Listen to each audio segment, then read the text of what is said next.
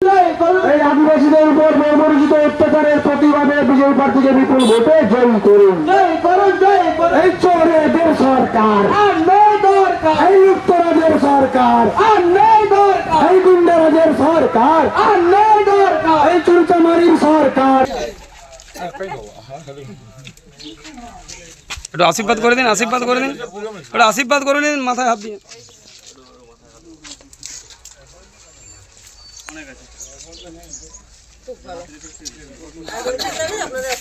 भारत माता की जय, भारत माता की जय।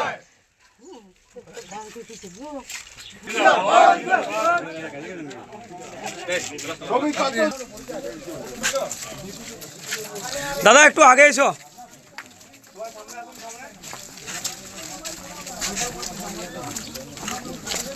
সুশান্ত এইবার পাল্টাতে হবে। একটু ঢুকো না দাদা, ভিতরে এসে ঢুকো না।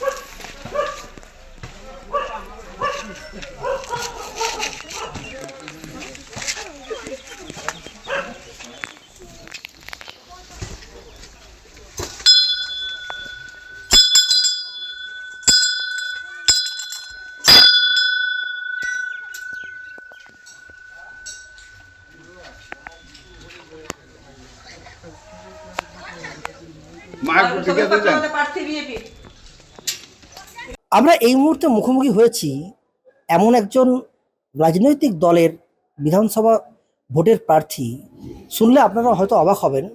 পশ্চিমবাংলার বুকে সর্বকনিষ্ঠ প্রার্থী, অর্থাৎ সবচাইতে কম বয়সী প্রার্থী তিনি হলেন তালডাংরা বিধানসভা কেন্দ্রের বিজেপির মুখ, একেবারে এই প্রজন্মের ছেলে সৌভিক পাত্র। সৌভিক, প্রথমেই শুভ নববর্ষের শুভেচ্ছা জানাই। এই চড়া রোদ্দুর কীভাবে প্রচার সারছ? দেখুন, আমি তো বরাবরই গ্রাউন্ড লেভেল থেকে রাজনীতি করেছি, বিশেষ কিছু আমার অসুবিধা হচ্ছে না। আমি মোটামুটি সকাল থেকেই বেরোচ্ছি, বিভিন্ন জায়গায় যাচ্ছি। তাছাড়াও যেটুকু অসুবিধা হচ্ছে সেটা মানুষের জনসমর্থনে সেটা ঢাকা হয়ে যাচ্ছে। যেখানেই যাচ্ছি মানুষজন আমাকে আপ্যায়ন করছেন, শরবত দিচ্ছেন, কেউ বেলের শরবত খাওয়াচ্ছেন, কেউ নুন চিনি শরবত খাওয়াচ্ছেন, কেউ ওআরএস দিচ্ছেন, মিষ্টি দিচ্ছেন। তো মোটামুটি প্রচারটা আমার খুব আনন্দের সাথে কাটছে।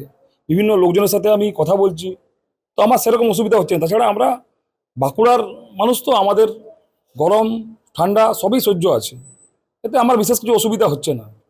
এই যে কথায় আছে রাজনীতি মানে পোড় খাওয়া রাজনীতিবিদ, এই কথাটা বারংবার প্রত্যেকের মুখে শোনা যায়। তুমি তো একেবারেই একটি 30-32 বছরের ছেলে, তুমি তো পোড় খাওয়া রাজনীতিবিদ নয়। কি মনে হয়, ভোটে জিততে পারবে? দেখুন, আমি অত সব বুঝি না। আমি যেটা বুঝি সাধারণভাবে মানুষের কীভাবে কাজে লাগা যায়।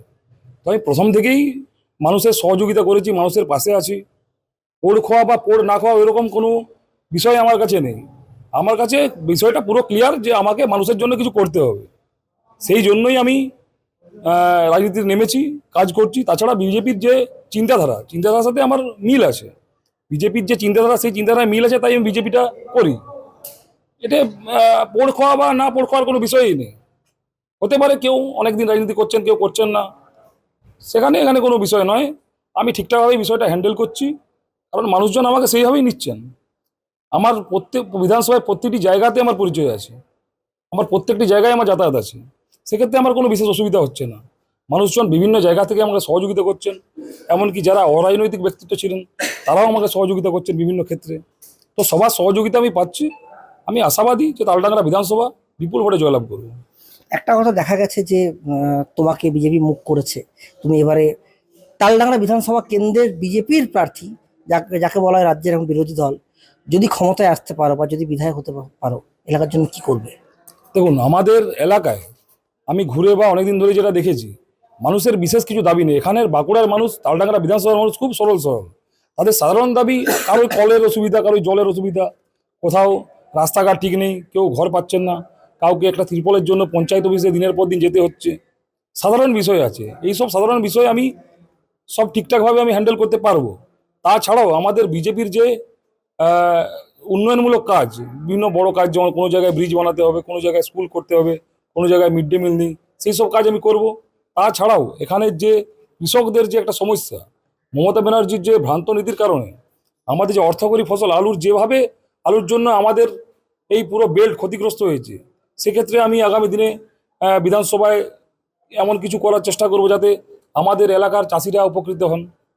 বা আমাদের এখানে ডেয়ারির যে বিষয় আছে, এখানে অনেকে দুধের সাথে যুক্ত আছে, দুধ ব্যবসার সাথে যুক্ত আছেন। তাদের কিভাবে উন্নয়ন করা যায়, কিভাবে তাদের অত্যাধুনিক মেশিন বা যন্ত্রপাতি দিয়ে বা ট্রেনিং দিয়ে উন্নতি করে যাতে এলাকার উন্নতি হয়, সেই বিষয়ে আমি নজর রাখবো। তাছাড়াও তালডাংরা বিধানসভায় আপনার বিভিন্ন রকম ছোট বড় হস্তশিল্প আছে, আমাদের পুকুরিয়া গ্রামে কাঁসা শিল্প আছে, পাঁচমুড়াতে টেরাকোটা শিল্প আছে, এইসব বিভিন্ন জায়গায় আছে। এইসব জিনিসগুলো আমি দেখাশোনা করবো। ছোট ছোট কাজ আছে, সেই ছোট ছোট কাজগুলো করলেই আমাদের এলাকার মানুষ কিন্তু যথেষ্ট উপকৃত হবেন। প্রার্থী হয়েছ, স্কুল জীবনের বন্ধু, কলেজ জীবনের বন্ধু সকলে আসছে, পাশে দাঁড়াচ্ছে। হ্যাঁ, সকলেই আসছে, সকলেই যোগাযোগ রেখেছে। আমার ওইভাবে রাজনৈতিক জীবন বা কলেজ জীবন বলে কিছু নেই, আমি সবাইকে নিয়েই কাজ করি, সবাই সাথে থাকে, সবাই একসাথে আসছে, দেখা করছে। কেউ কেউ আমার হয়ে ভোটের প্রচারও বেরোচ্ছে, বিভিন্ন জায়গায় ক্যাম্পেনিংয়ে যাচ্ছে, সবাই একসাথে জুড়েই আছি আমরা। এই ভোট বৈতরণী পার করার জন্য তোমাকে মুখ করেছে বিজেপি, যারা দলের কেন্দ্রীয় নেতৃত্ব, রাজ্য নেতৃত্ব প্রতিদিন খোঁজ নিচ্ছে। হ্যাঁ, ওনাদের সাথে আমি সবসময় সংস্পর্শে আছি। ওনারা আমাকে যেভাবে পরামর্শ দেওয়ার দিচ্ছেন, আমি সেই মোতাবেক কাজ করছি, ওনারা যোগাযোগ রেখেছেন।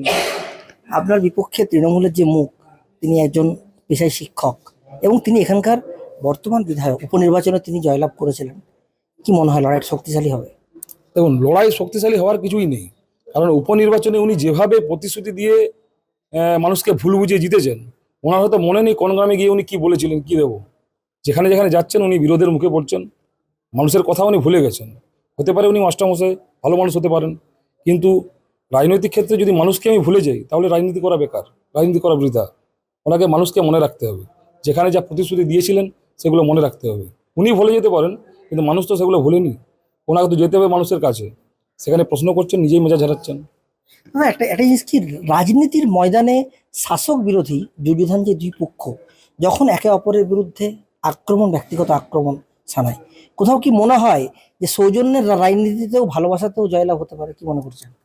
একদম সৌজন্যের রাজনীতি জয়লাভ হতে পারে, কারণ আমাদের তৃণমূল দল আমাকে বিভিন্ন জায়গায় ব্যক্তিগত আক্রমণ করেছে, কিন্তু আপনি দেখবেন যে আমি কোথাও ব্যক্তি আক্রমণ করিনি, কারণ আমি ব্যক্তি আক্রমণে বিশ্বাসী নয়। আমাদের এরিয়া খুব শান্ত এরিয়া, আমরা সবার সাথে সৌজন্যমূলক রাজনীতিতে বিশ্বাসী। তো আমাদের বিজেপির তরফ থেকে এরকম কোনো ব্যক্তি আক্রমণের কোনো বিষয়ই নেই।